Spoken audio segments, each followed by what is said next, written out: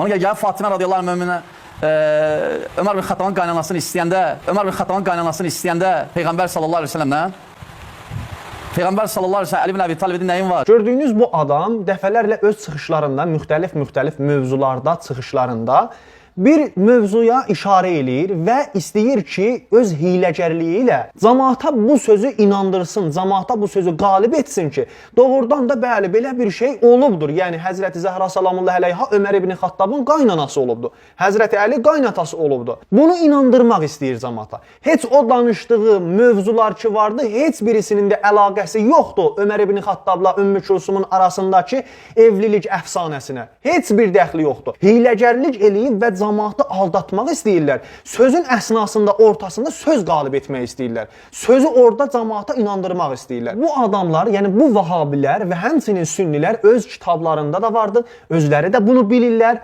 Tam bilirlər ki, Ömər ibn Xattab o zaman ki, Həzrət Zəhranın özünə elçi düşmüşdü. Həzrət Peyğəmbərimizdən getdi Həzrət Zəhranı elçilik etməyə, onunla evlənməyə, Həzrət Zəhra ilə evlənməyə. Həzrət Peyğəmbərimiz buyurdu ki, ey Ömər ibn Xattab, Həzrət Zəhra uşaqdır, az yaşı vardı, körpə birisidir. Və Ömər ibn Xattabı rədd elədi, getdi. Və başqa dəlilləri də vardı hələ. Həzrəti Zəhra salamullahi əleyhanı niyə Ömərə vermədi? Çoxlu dəlilləri vardı. Bir dəlili də Həzrəti Zəhranın uşaq olduğuydu. İndi bu adamlar, bu insanlar gəlib burada deyirlər ki, Ömər ibn Xattab Həzrət Əlinin, Həzrət Zəhranın kürəkəni idi. Onlar bunun qaynanası olublar. Ümmü Kulsumu veriblər Ömər ibn Xattaba. Yəni, siz nəzərdə alın. Həzrət Zəhraya ki, elçi düşmüşdü bu Ömər ibn Xattab, Həzrət Zəhra ilə uşaq idi, körpə yaşlarındaydı.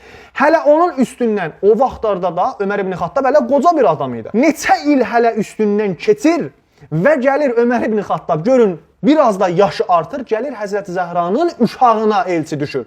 Qızına elçi düşür. Bunu hansı ağıl qəbul eləyər? Bu bir siyasətdir ki, sünnilər, vəhabilər bu siyasəti işlədirlər və deyərlər ki, yox, Ömər ibn Xattab Həzrət Zəhranı öldürməyibdi. Ömər ibn Xattabla onların arasında heç bir gərginlik yox idi.